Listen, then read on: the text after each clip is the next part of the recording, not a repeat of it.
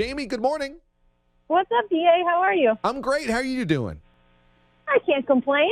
Just another week. Just another week, and it ends in an SEC championship game, and somebody's going to the college football playoff. Let's start with Joe Burrow, because what a season, what a story it has been.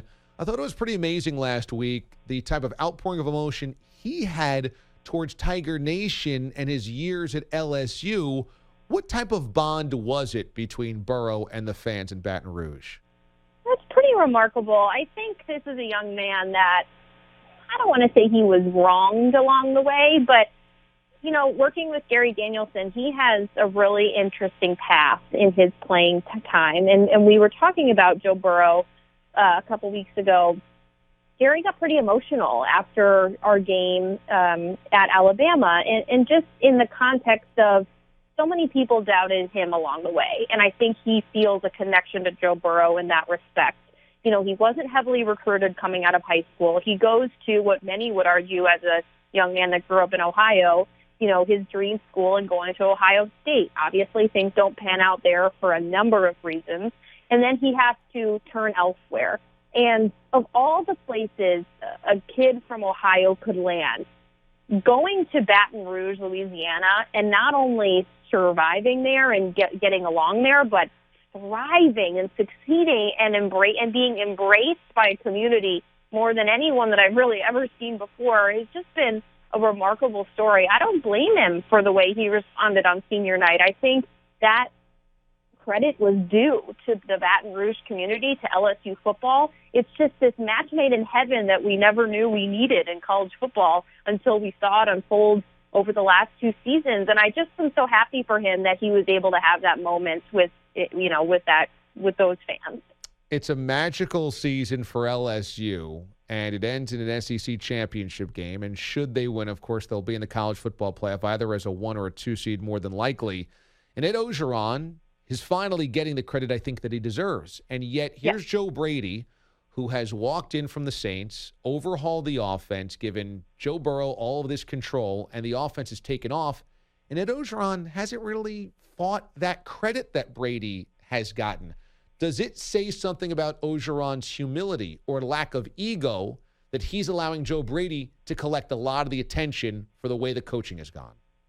I think you hit the nail on the head. I've been saying this all season long, and it's a conversation we were able to have with Coach Orgeron earlier this year, how much humility it really takes. You don't get into coaching, I don't think, head coaching without a bit of an ego to stroke. As we all know, we kind of have to manipulate and work with coaches, and, you want to be on their good side, and you know how to get there. And Orgeron doesn't really have that place in his personality. And I think that goes right in line with how he's been able to bring Joe Brady in and, as you say, allow him to have this spotlight. But let's also let's not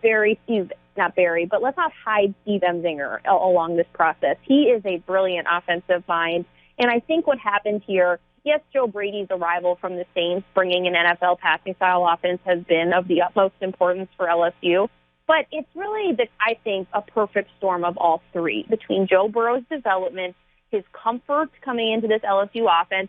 I think if this was Joe Burrow's first year at LSU, I don't think we would be seeing the season that we're having. Keep in mind, he had last year to really get comfortable in his surroundings.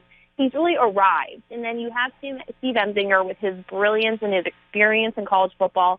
And then you have this fresh, breath of fresh air from Joe Brady coming in with the NFL stuff.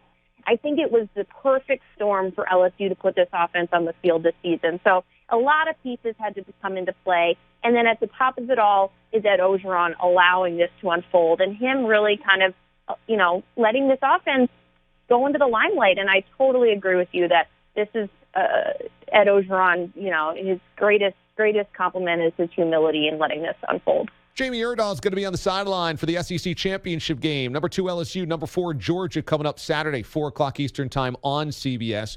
On the Georgia side of things, they probably felt pretty discredited all season long. The loss to South Carolina was terrible, but also their offense has been pretty clunky throughout the year. Is that, though, overshadowing just how good their defense has been and the quality wins they've been able to stack with that defense?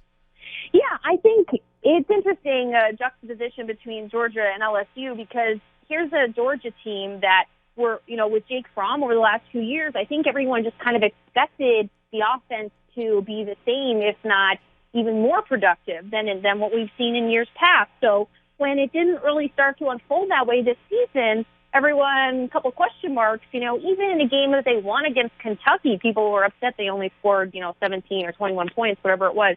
Why that's a disappointment. Your defense still held an SEC team scoreless. So it's just, I think, kind of the way you look through the scope of the team that you are cheering for in the SEC. So it's just kind of, you got to focus on what's been great for you this year. People could have been really down on LSU's defense, but instead we are just high praising their LSU's offense. Why aren't we doing the same for Georgia and the way their defense has been playing what I think is the best, if not one of the top 2 defenses in the country? And instead, people are kind of harping on their offensive lack of production. It's just the nature of how seasons go, and credit to Georgia for riding the wave and allowing their defense to kind of get the job done some days. The best part about your crew and the production team and the researchers, that CBS lives and breathes SEC. And so they know all the ins and outs. All the people that you work with know this conference inside and out. Is there a sense that if Georgia wins this game, that LSU still gets into the college football playoff because their only loss would be to a top 4 team in Georgia in this game, or does a loss likely lock LSU out? No, I think LSU is still in. I think the issue becomes is, I know they're then the conference champion. Georgia is. Man, that really throws a wrench, doesn't it? Because you have 2 unbeaten teams only in all of college football, and then you have about, I think it's 6 one-loss teams, and they're all waving their schedule in the air, like, hey, look at us, and I do not envy, the guys that have to make those decisions from the committee, because you never want to show bias. You never want to think that one conference is stronger than the other. But, that is a tough conversation. I'm sure, not only will all of the SEC be watching our game Saturday, but I think it becomes a national conversation in terms of the monkey wrench that could be thrown in if Georgia were to beat LSU this weekend. I think a lot of people want it to play out where LSU takes care of business just to make it easier on everybody. But I do think LSU is still in if they lose this game.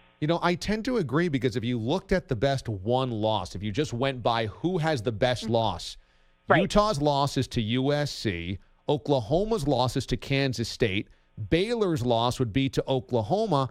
I think obviously the best one loss would be LSU losing to Georgia in an SEC title game.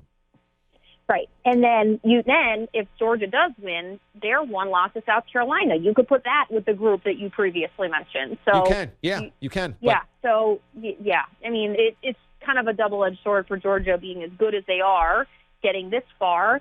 And if they were to win, they're almost bolstering LSU's argument, which is kind of such a weird twist of fate when it comes to college football. But I think LSU would still be in. That's a good point. Jamie Erdahl joining us. She's going to be working the sidelines for the SEC championship game. Georgia and LSU, Saturday, 4 p.m. Eastern time on CBS. Also on the CBS Sports Network, the Conference USA championship game at 1:30 Eastern time, FAU and UAB, to get your day started on the championship side of things. Jamie, have a great call coming up on Saturday. Can't wait to watch it. Thanks, DA. Appreciate it. You got it. Jamie Erdahl joining us this morning here on the show.